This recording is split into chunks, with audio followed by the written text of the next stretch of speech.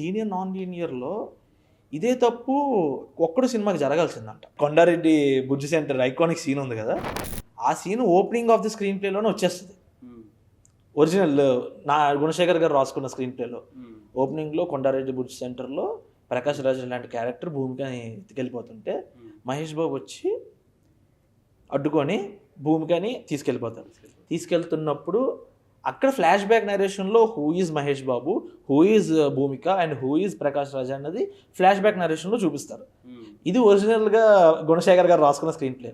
But Paruchuri గారు ఇక్కడ involve అయ్యి ఇది నాన్ లీనియర్ కరెక్ట్ కాదు, లీనియర్లో వెళ్తే బాగుంటుంది, నార్మల్ కుర్రోడగానే మహేష్ బాబుని ఓపెన్ చేసి అక్కడ హైదరాబాద్లో ఉండే సోడా బ్యాచ్ తోటి గొడవలు పడుతూ కబడ్డీకి నేషనల్స్కి ట్రై చేస్తున్న ఒక హీరోగానే ఇంట్రడ్యూస్ చేసి అలాంటి వాడు ఓబుల్ రెడ్డి అన్న ఒక భయంకరమైన ఫ్యాక్షనిస్ట్ తోటి కర్నూలు వచ్చిన తర్వాత గొడవ పెట్టుకొని వాడు పెళ్లి చేసుకోవాలనుకున్న అమ్మాయిని హీరో ఎత్తుకొచ్చేస్తే కాన్ఫ్లిక్ట్ స్టార్ట్. అప్పుడు ఈ కొండారెడ్డి బుజ్జి సెంటర్ సీన్ ఒక ఎలివేషన్ వస్తుంది, లీనియర్లోకి మార్చారు.